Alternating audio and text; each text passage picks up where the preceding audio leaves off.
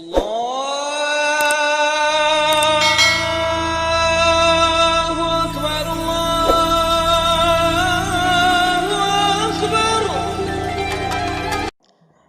علیکم دوستوں، میں حسن نذیر اور آپ دیکھ رہے ہیں ڈیلی اسلامک سرچ۔ آج میں اپنی اس ویڈیو میں جس ہستی کا ذکر کرنے جا رہا ہوں وہ ہیں حضرت ہود علیہ السلام۔ اس سے پہلے کہ ہم اپنی ویڈیو کا آغاز کریں، نئے آنے والے دوستوں سے گزارش ہے کہ وہ ہمارے چینل کو سبسکرائب کریں اور ساتھ میں بیل آئیکن کو بھی دبا دیں تاکہ ہر نئی آنے والی ویڈیو کا آپ کو بر وقت نوٹیفیکیشن مل سکے۔ حضرت ہود علیہ السلام قوم عاد سے تعلق رکھتے تھے۔ آپ عاد ہی کے شریف اور نیک گھرانے میں پیدا ہوئے۔ حضرت ہود علیہ السلام اللہ کی طرف سے قوم عاد کو سچائی کا راستہ دکھانے کے لیے بھیجے گئے تھے۔ عاد کی قوم گمراہی میں مبتلا تھی۔ طرح طرح کے برے کام کرنا، ظلم زیادتی کرنا اور لوٹ مار کرنا ان کی عادت بن چکی تھی۔ خاص کر کمزور طبقہ ان کے ظلم و زیادتی کا شکار تھا۔ غریب کاشتکاروں کی زمینیں اور ان میں پیدا ہونے والا اناج مار دھاڑ کر کے چھین لیا کرتے تھے۔ انہیں فصل اگانے کی بھی مہلت نہیں دیتے تھے، اس لیے کمزور طبقہ بھوک و افلاس میں اپنے دن گزار رہا تھا۔ قوم عاد کا پیشہ کاشتکاری تھا۔ وہ زراعت کے طریقوں سے بھی اچھی طرح واقف تھے۔ اس کے علاوہ پہاڑوں کی چٹانیں کاٹ کر ان پتھروں سے مضبوط عمارتیں بناتے تھے۔ پہاڑ کے غاروں میں بھی رہتے تھے، پتھروں سے شکار کرتے تھے، جانوروں کو آگ میں بھون کر کھاتے تھے۔ عاد کے لوگ عیش و عشرت کی زندگی بسر کرتے تھے، لیکن غریب اور محتاجوں کا خیال نہیں رکھتے تھے۔ بھوکھوں کو کھانا نہیں کھلاتے تھے، بلکہ ان کے پاس جو کچھ ہوتا وہ بھی چھین لیتے تھے۔ جو لوگ اللہ کو بھول کر پتھروں کو پوجتے ہیں، ان کے دل رحم سے خالی ہوتے ہیں۔ عاد کی قوم بھی مورتیوں کو پوجتی تھی۔ عاد کی قوم کے لوگ ان کے آگے سجدہ کرتے، ان سے مرادیں مانگتے تھے۔ حضرت ہود علیہ السلام اللہ کے نبی تھے۔ وہ بت پرستی سے روکتے تھے، ظالموں کو ظلم کرنے سے روکتے، ایک اللہ کی طرف بلاتے۔ آپ اپنی قوم سے کہتے، اے قوم عاد، اللہ ہی کی عبادت کرو، اس کے سوا کوئی بھی عبادت کے لائق نہیں۔ وہی ایک ذات ہے جس کی عبادت کرنی چاہیے، جس نے زمین، آسمان، شجر اور حجر کو پیدا کیا۔ اے قوم، تمہیں کیا ہو گیا ہے کہ اللہ کو چھوڑ کر بتوں کو پوج رہے ہو؟ ان بتوں کی پوجا سے تمہیں کچھ حاصل نہ ہوگا، یہ تمہاری سراسر جہالت اور گمراہی ہے۔ بہتر یہی ہے کہ تم ان بتوں سے منہ موڑ لو جنہیں تم اپنے ہاتھوں سے بناتے ہو۔ حضرت ہود علیہ السلام نے اپنی قوم کو نصیحت کرتے ہوئے کہا، اللہ تعالیٰ نے تمہیں اور ساری کائنات کو پیدا کیا، زمین میں رزق کا سامان پیدا کیا، تم کھیتی باڑی کرتے ہو، تم زمین سے زیادہ اناج حاصل کرتے ہو، اس کے باوجود تم دوسرے کا اناج چھینتے ہو، بلکہ تمہیں تو چاہیے تھا کہ اپنے اناج میں سے محتاجوں اور غریبوں کا حصہ نکالتے، بھوکھوں کو کھانا کھلاتے تاکہ وہ بھی تمہاری طرح زندہ رہ سکیں، لیکن تم ایسا نہیں کرتے۔ جو کچھ اللہ نے تمہیں دیا ہے اس کا شکر بجا لو۔ اس کا طریقہ یہ ہے کہ جن کے پاس اناج نہیں انہیں تم کھانے پینے کا سامان دو۔ اگر تم ایسا نہیں کرتے تو یہ تمہاری بدبختی کی علامت ہے۔ حضرت ہود علیہ السلام کی نصیحت سن کر لوگ جواب دیتے، ہم سے کیا چاہتے ہو؟ ہم جو کچھ کرتے ہیں ہماری اپنی مرضی ہے، ہم اپنی محنت سے اناج پیدا کرتے ہیں، ہم کسی بھوکے کو کیوں کھلائیں؟ ہمارے پاس جتنا اناج ہوگا ہم طاقتور کہلائیں گے۔ ہم وہی کرتے ہیں جو ہمارے باپ دادا کیا کرتے تھے۔ حضرت ہود علیہ السلام کہتے ہیں کہ مجھے اللہ نے نبی بنا کر بھیجا ہے تاکہ تم کو اچھی باتیں بتاؤں اور بری باتوں سے آگاہ کروں اور برے کاموں سے روکوں۔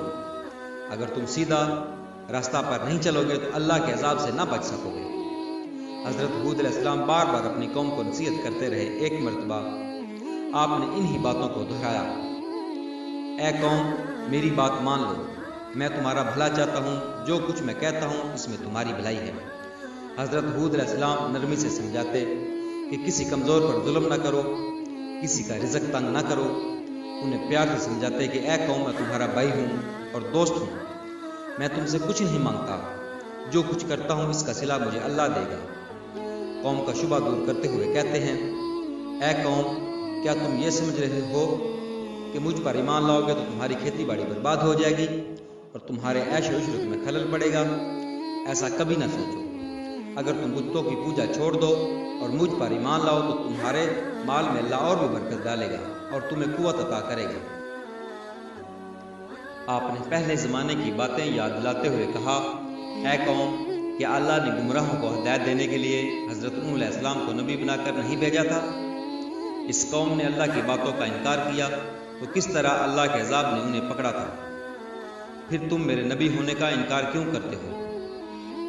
آپ نے بتوں کے بارے میں فرمایا، یہ بت جسے تم اپنا معبود سمجھتے ہو، یہ نہ کسی کے ساتھ بھلائی کر سکتے ہیں، نہ یہ تمہیں نقصان پہنچا سکتے ہیں، بلکہ تم خود اپنا نقصان کر رہے ہو۔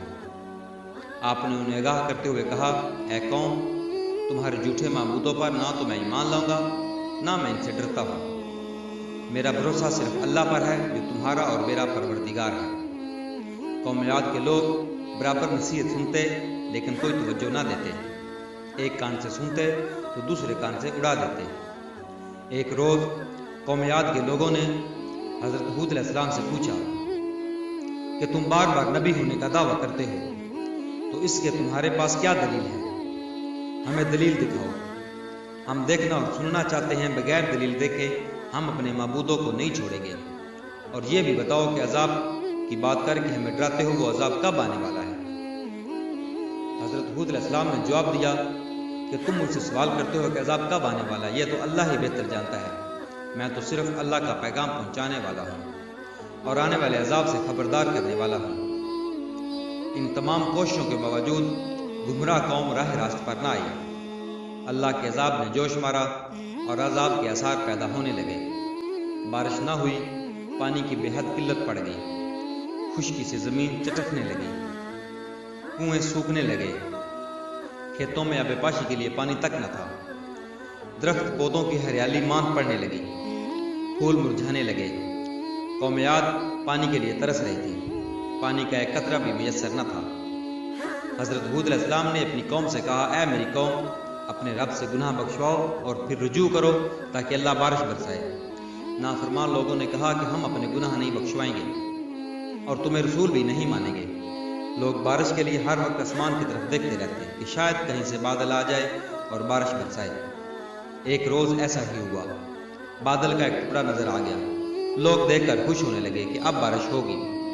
حضرت ہود علیہ السلام نے فرمایا، جو تم دیکھ رہے ہو یہ برسنے والا بادل نہیں ہے، یہ بادل عذاب کا بادل ہے، یہ بادل عذاب کی علامت ہے۔ جس عذاب کی میں خبر دیتا تھا اس کا وقت آ پہنچا۔ جو لوگ حضرت ہود علیہ السلام پر ایمان لا چکے تھے، ان کے بارے میں حضرت ہود علیہ السلام سے اللہ پاک نے فرمایا، جو لوگ ایمان لائے ہیں ان کو اپنے ساتھ لے کر کسی محفوظ مقام کی طرف چلے جاؤ۔ چنانچہ حضرت ہود علیہ السلام ایمان لانے والوں کے ساتھ نکل کر چلے گئے۔ شہر میں اب کوئی بھی ایماندار نہیں رہا۔ لوگوں نے دیکھا کہ آسمان پر بادل کے ٹکڑے تیر رہے ہیں، ہوائیں چلنی شروع ہوئیں۔ ہوا میں اتنی تیزی تھی کہ پہلے کسی نے نہ سنی تھی نہ دیکھی تھی۔ دیکھتے ہی دیکھتے آندھی چلنے لگی، یہاں تک کہ اپنا ہاتھ بھی دکھائی نہ دیتا تھا۔ ہر طرف مٹی اور دھول اڑ رہی تھی، بڑے بڑے درخت جڑ سے اکھڑنے لگے، ہر طرف اندھیرا چھا گیا، ہر شے ہوا میں اڑنے لگی۔ آدمی بھی نہیں ٹھہر سکتا تھا، نہ ہی بیٹھ سکتا تھا۔ ہوا کے زور سے بڑی بڑی مضبوط عمارتیں بھی گر گئیں، ہر طرف چیخ و پکار کی آوازیں ہواؤں کے شور میں دب کر رہ گئیں۔ قوم عاد کو اپنے مضبوط مکانوں پر بڑا ناز تھا، یہ تمام مکانات زمین بوس ہو گئے، زمین پر کچھ بھی نہ بچا۔ یہ آندھی 8 دن اور 7 راتیں رہی۔ جب آندھی تھمی تو لاشوں کا پتہ بھی نہ تھا۔ عاد کی قوم نے غرور تکبر کیا، ایک اللہ کو چھوڑ کر بتوں کو ماننے لگے، انہی سے مرادیں مانگے کرتے تھے، نبی کی باتوں کا انکار کیا۔ جب عذاب کے دن قریب آنے لگے تو اللہ نے نیک لوگوں کو بچا لیا، گمراہوں کو عبرتناک سزا ملی۔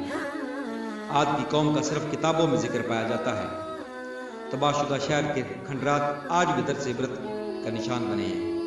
حضرت ہود علیہ السلام کا مقبرہ حضرموت میں مکلا سے 90 میل شمال کی جانب ہے۔ اس کے چاروں طرف کھنڈرات اور کتبے کثرت سے بکھرے پڑے ہیں۔ لوگ ہر سال رجب کے مہینے میں اس مقبرے کی زیارت کرتے ہیں۔ پیارے دوستو، یہ ساری باتیں بتانے کا ایک ہی مقصد ہے کہ ہم برے لوگوں سے عبرت حاصل کریں اور نیک لوگوں کے راستے پر چلیں۔